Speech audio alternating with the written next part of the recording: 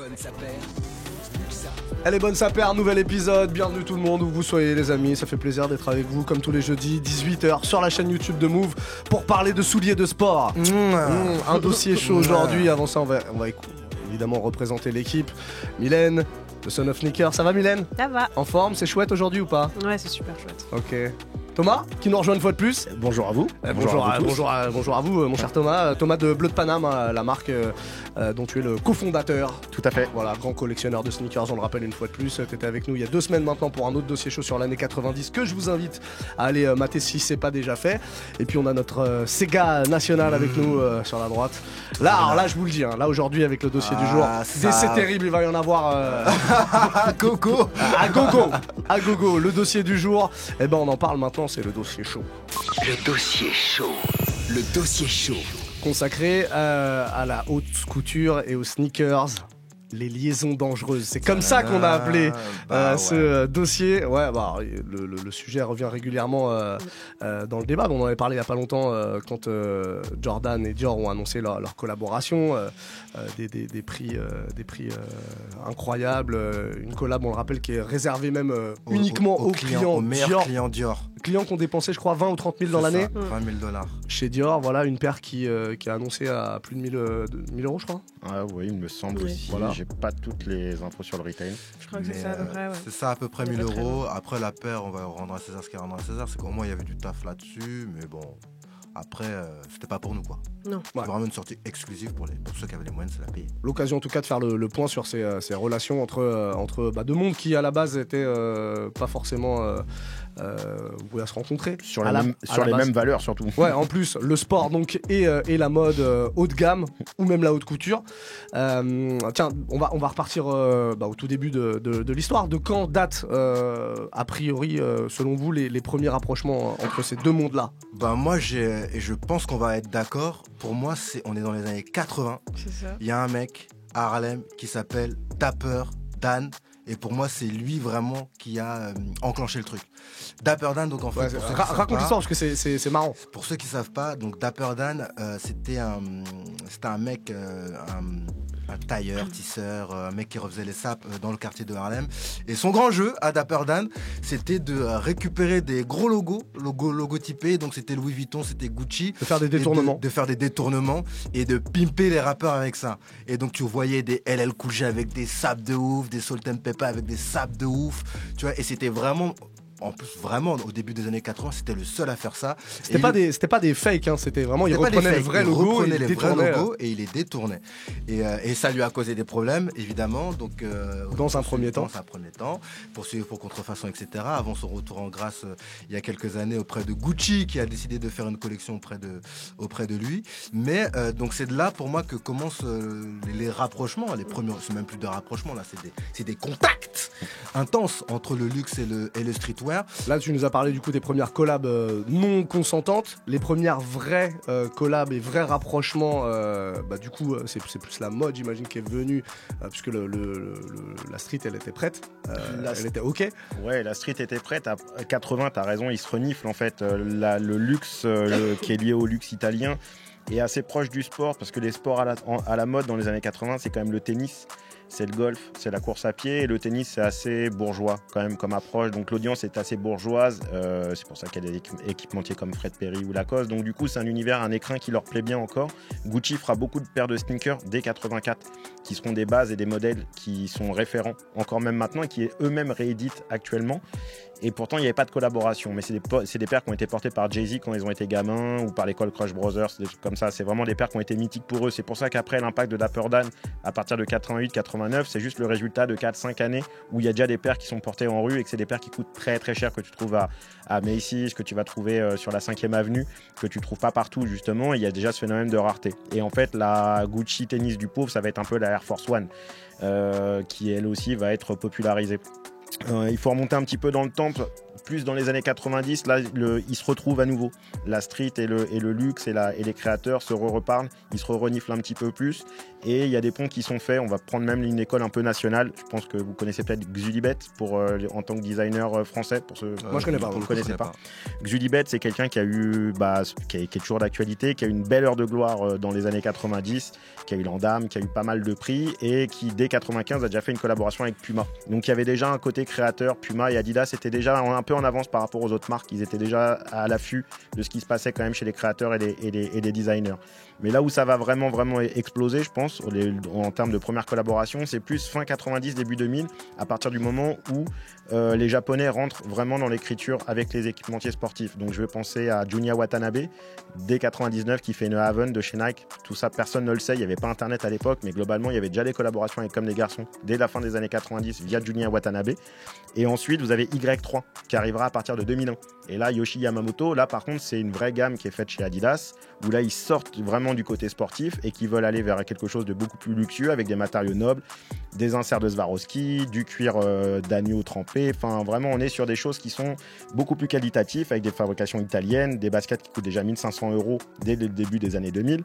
Et en fait, ça donnera le prémisse de ce qu'on vit maintenant. C'est-à-dire que Y3, ils ont fait tout ce que Ablo a fait, ils ont fait tout ce que Balenciaga a fait, ils ont fait Raf Simon, Adidas. Bref, en gros, Y3, c'est vraiment l'ADN, pour moi, de la culture de la basket dans le luxe et chez les designers de mode. C'est ça, pour moi, c'est ça l'ADN, c'est ça le modèle économique. Et Adidas a toujours été un peu en avance par rapport aux autres à ce niveau-là, parce qu'ils ont toujours eu la référence mode pour eux. Le textile a toujours été plus commercial chez Adidas que chez Nike. Alors peut-être pas maintenant en 2020, mais en tout cas sur les 20 premières années des années 2000, Adidas a toujours pris le pas avec un tracksuit. Ils avaient toujours une dimension un peu plus cool mode que Nike par rapport au textile. Et après, vous avez aussi l'écriture avec Jeremy Scott, qui arrivera à partir de 2002. Je crois que Jeremy Scott arrive peu de temps après Yoshi Yamamoto. Mais là, il le garde dans l'écran Adidas pur, pour justement un côté plus divertissant, plus entertainment, plus facile, plus drôle. Il avait fait cette paire, là, je sais plus comment ça s'appelle, avec les ailes. Les ailes, les wings. Alors ça, elles ont été popularisées par Lil Wayne. C'est un peu plus tard dans le temps, on est plus vers 2008, on est à la fin de la première décennie. Mais effectivement, tu as raison, c'est le boom. On a oublié, mais tout le monde voulait que des paires de Jeremy Scott à ce moment-là. Et que ça soit de 7 à 77 ans, c'était vraiment une révolution stylistique en termes de paires. Et surtout, ça a été aussi le démarrage des paires un peu Frankenstein, qui donnera aussi, qu'enfantera un peu ce qu'a fait Ablo 10 ans après, avec les E10, en revisitant en fait des classiques de la marque et en y ajoutant sa patte et en retirant des éléments, en rajoutant. Jeremy Scott avait déjà fait ça sur la première partie des années 2000-2010. Il avait déjà pris tous les classiques de la marque Adidas, notamment la Forum, dont il avait fait un best-seller et notamment un produit iconique. Elle est en soie, jacquard, avec un dollar qui est à son effigie. Ils en avaient édité une centaine de paires en 2002 et cette paire-là a fait mouche dans plein de boîtes de luxe en fait. Et là, ils ont compris qu'il y avait aussi un petit pain à aller chercher au même titre que le sac à main ou le parfum dans les années 80 et 90. Ils se sont dit, attends, ça à plus 10 ans, ça sera notre best-seller et ça nous permettra de maintenir nos croissances, au même titre que le sweat avec Kenzo et des casquettes comme on avait pu l'évoquer peu de temps à la dernière émission. Donc tout ça fait un peu l'écran et pour moi ce sont les premières collaborations les plus impactantes officielles. On a beaucoup parlé de collabs pour l'instant, mais il y a aussi les marques de luxe qui se sont mis à fabriquer leur propre modèle. Ça c'est une autre étape aussi. Là ça s'appelle la marge. Voilà. C'est ça. On parle de Balenciaga notamment parce que c'est les paires qu'on voit le plus. C'est ce que j'allais dire. En fait pour moi dans les années 2000, il y a deux moments qui ont été extrêmement importants et qui ont vraiment montrent vraiment la bascule entre guillemets du luxe, du regard en tout cas qu'avait le luxe sur le streetwear. La première c'est en 2017, c'est la collab Supreme Louis Vuitton. T'as la collab Supreme Louis Vuitton. Là, je pense que t'as tous les mecs de la rue qui disent ils s'intéressent à une marque qui habituellement est pas du tout dans leur domaine de compétences entre guillemets. Et la deuxième chose, donc, c'est ce que tu disais très bien, c'est la Balenciaga Triple S.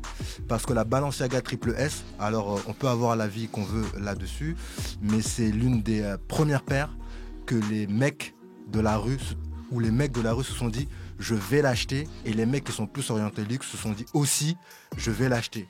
On y revient, c'est la paire qui réunit tout le monde. C'est la paire qui réunit vraiment tout le monde. Ça c'est vraiment, là pour le coup, c'est le premier moment, on va dire, donc la première année, en 2017, parce que c'était en 2007, où tu as vraiment le streetwear, enfin le luxe et les sneakers qui sort. Et donc là, si on dit que ça, c'était le mariage entre les deux genres, le truc qui vraiment, c'est vraiment les noces entre le luxe et le streetwear, c'est Virgil Abloh à Louis Vuitton. Ça, là, on a passé un truc, ils reviendront plus en arrière. C'est Virgil Abloh avec Louis Vuitton et c'est Kim Jones chez Dior, chez le luxe. C'est des mecs qui sont vraiment ils sont vraiment dans la culture pour le coup streetwear. Ouais, ils ont grandi dedans. Ils ont grandi dedans et donc quand avant on taxait les marques de luxe d'opportunisme, donc là même si ça en reste quand même parce qu'ils sont partis les chercher, là ils se sont dit bon ok les mecs, on a compris, c'est là que ça se passe, on va aller chercher les mecs qui sont dedans et qui font le truc et qui en même temps sont assez versatiles pour emprunter au streetwear et s'adapter à l'univers du luxe. C'est vraiment c'est du marketing, je veux le dire de manière un peu pragmatique comme ça, mais c'est vraiment un co-marketing qui est ouf. Les gens ne se rendent pas compte parce que tu le disais très bien, le luxe et le streetwear, indépendamment de l'opportunisme, et ça c'est ce que vous disiez tous les deux, c'est que ceux qui aujourd'hui consomment du streetwear, même nous autour de la table, si on voulait s'acheter une pièce chez Saint Laurent, on pourrait, même si on bouffe de la pâte à 12 pendant un mois et demi. Un peu plus. Dit-il, quel menteur. Et donc, tu vois, on pourrait. Donc en fait maintenant, les plus jeunes, et même nous, on est moins attachés à l'image de marque qu'auparavant. Avant, tu as acheté du Yves Saint Laurent, c'était une démonstration de ta catégorie sociale. Aujourd'hui, tu t'achètes du Saint Laurent, mais parce qu'en fait, avant même que tu t'achètes du Saint Laurent, tu dis « Oh, la pièce, elle est jolie. Oh, j'appartiens, je kiffe Virgil Abloh, admettons, je vais acheter du Louis Vuitton. Je kiffe, moi, la Squale, je vais acheter du... » On est plus dans ça, dans l'aspect un peu communautaire, et les gens achètent identification et valeur, tu vois. Pour en revenir aux sneakers, là on a un peu dévié sur le streetwear en général, et aux collabs justement maison de luxe, maison de sport, qu'est-ce qu'en tire chacune des deux parties, Mylène? Pour les marques de streetwear, on va dire, enfin les marques de sport en tant que telles, c'est déjà avoir un nom plus important qu'auparavant. C'est-à-dire s'ils travaillent avec une grande marque de luxe, déjà chez les personnes qui connaissent pas cette marque de streetwear, ils vont se dire tiens, qu'est-ce que c'est? Si la marque de luxe que j'affectionne particulièrement travaille avec une autre marque, ça veut dire que techniquement cette marque elle est viable, donc je vais peut-être la consommer. En général, dans ce sens-là, quand même, les gens qui sont habitués des marques de luxe connaissent Nike, Adidas, etc. Est-ce que du coup, ça donne pas une moins bonne image de leur marque de luxe? Non, je pense pas. Thomas? Non, je pense que les marques de luxe viennent chercher l'éternelle jeunesse et vraiment le renouveau et d'avancer.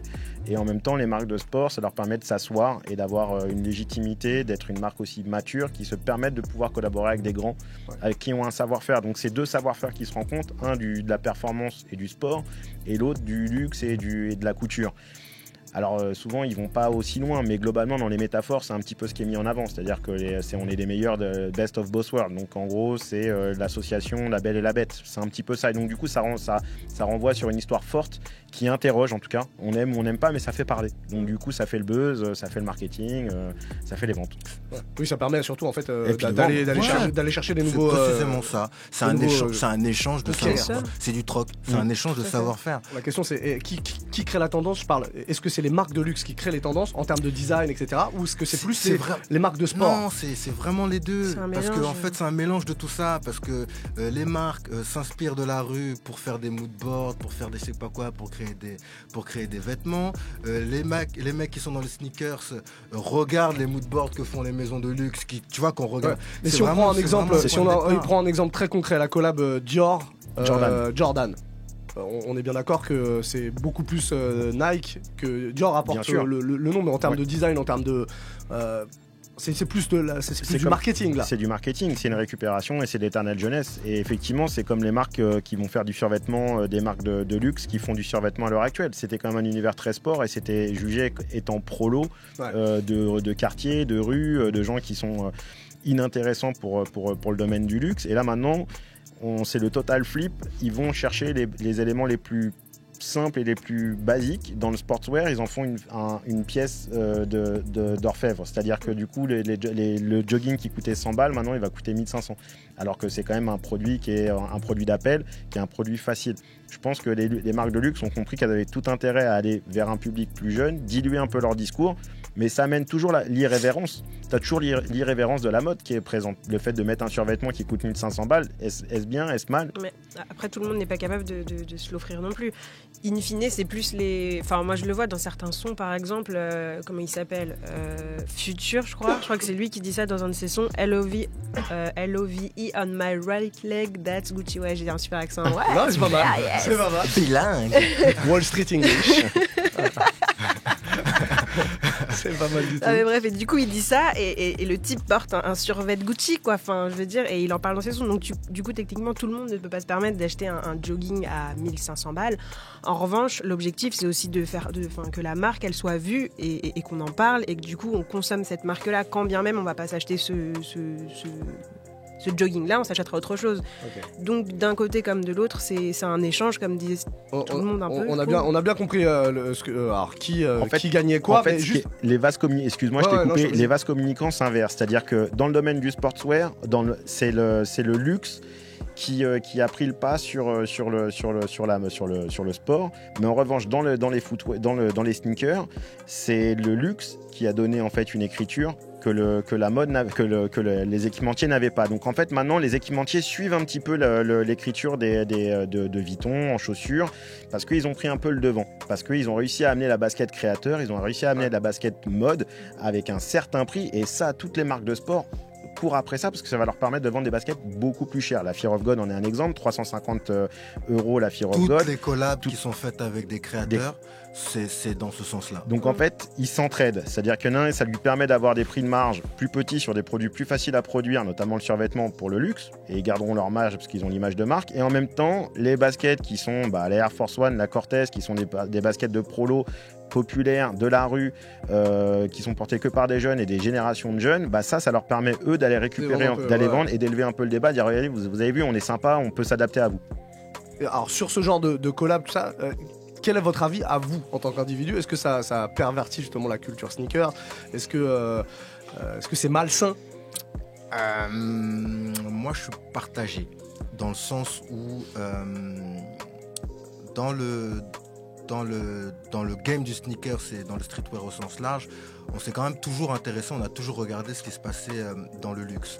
Après, d'un point de vue personnel, moi j'ai toujours regardé ce qui se passait dans le luxe, parce que pendant de très nombreuses années, c'était le luxe avec les Fashion Week, les défilés, les différentes égéries qui donnaient le là, vraiment, sur ce qui se passait dans le monde du vêtement.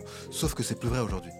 C'est plus vrai aujourd'hui, et surtout, pour moi, ça sonne comme de l'opportunisme, tu vois. Mais genre, vraiment un opportunisme, là, c'est beaucoup trop prononcé. Quand avant, c'était exclusif, exceptionnel, et qu'on pouvait se dire « Ah, il y a une petite collab qui se passe », j'avais plus tendance à me dire, par exemple, pour Jordan 1 Dior, j'avais plus tendance à me dire, c'est Jordan qui est parvenu à monter et à faire une collab avec Dior. Là, j'ai l'impression que c'est Dior qui est parti aller chercher Jordan, et ça me dérange. Et puis même c'est juste après c'est juste vraiment on appelle ça c'est de la sémantique. Streetwear c'est le style de la rue, et pour moi le style de la rue c'est pas forcément porter du luxe, c'est souvent, les gens oublient, c'est porter du streetwear ou porter du vintage, pardon. C'est avoir sa petite paire de baskets qui est hyper stylée. Confortable aussi. Et c'est avoir après une pièce qui est peut-être un peu plus chère, mais c'est peut-être un accessoire. C'est du mix and match. C'est vraiment du 10% le luxe. Normalement dans le style, hein, j'entends streetwear. Et donc que le luxe essaie de s'accaparer tout ça, moi ça me gêne. Et en vrai, objectivement, là c'est pur conso. Et je pense que tu me contrediras pas. Il y a des pièces qui sont très très bien faites, qui sont d'excellentes factures. Je parle de baskets et d'autres choses, et qui vous coûteront moins cher.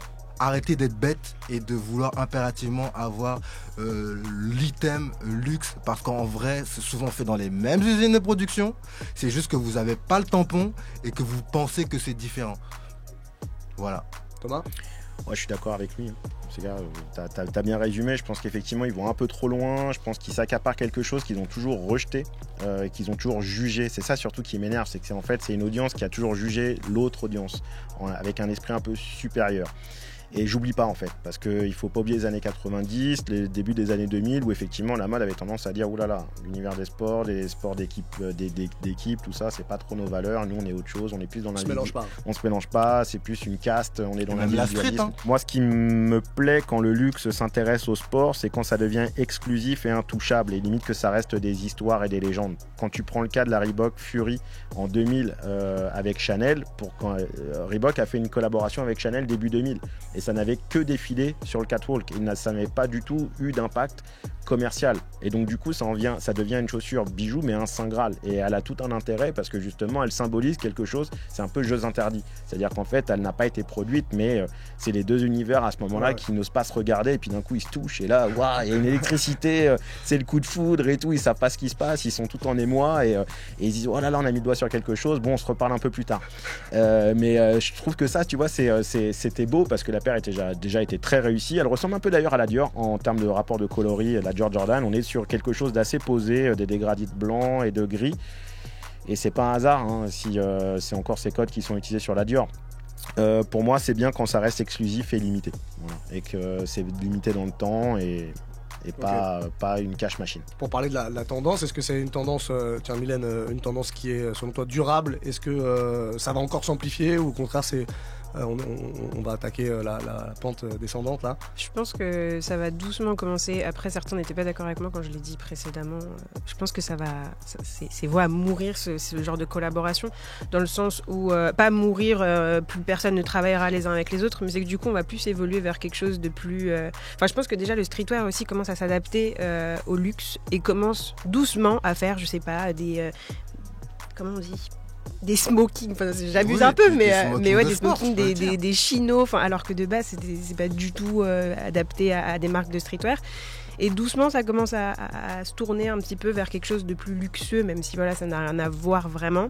Et puis Virgil Abloh l'a dit, le streetwear est mort. Bientôt. C'est lui qui le dit ça. C'est lui qui le dit, et je me répète, mais lui le dit, et donc in fine, je pense que lui, c'est ce qu'il dit, entre guillemets, voilà, moi je suis pas forcément d'accord avec lui, le streetwear est mort dans le sens où les gens qui voudront le suivre le suivront, et ceux qui restent dans le streetwear, ils resteront. Bon, pour terminer le mot de la fin, je vous demande juste un mot chacun, les liaisons entre sneakers et haute couture, bénéfiques ou dangereuses? Un mot, ces gars. C'est difficile parce que bénéfique parce que ça permet aux petits labels c'est pour ça. Quelle tendance changer? Mais faut juste pas que ce soit qu'une mode, parce que par définition une mode c'est pas durable. Voilà, c'est tout ce que j'avais à dire. Je dirais dangereux parce que le luxe abandonnera le streetwear comme une relation d'été, tu vois, genre avec une rentrée, comme un petit chien, une vieille carte postale, merci pour tout. T'abandonnes avant de partir en vacances. Et au final, ça fait chier et on passe à autre chose, quoi. Donc je dirais dangereux. Qui paye. Ouais, voilà, c'est ça, tu vois. Mylène.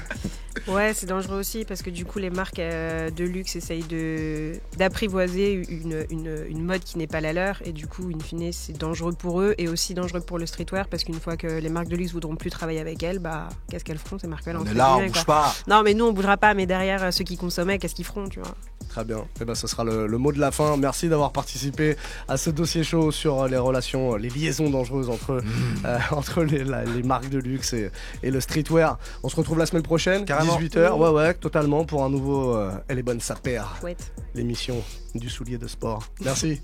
Merci. Peace. Ciao, bye. Move Radio, Hip Hop Nation.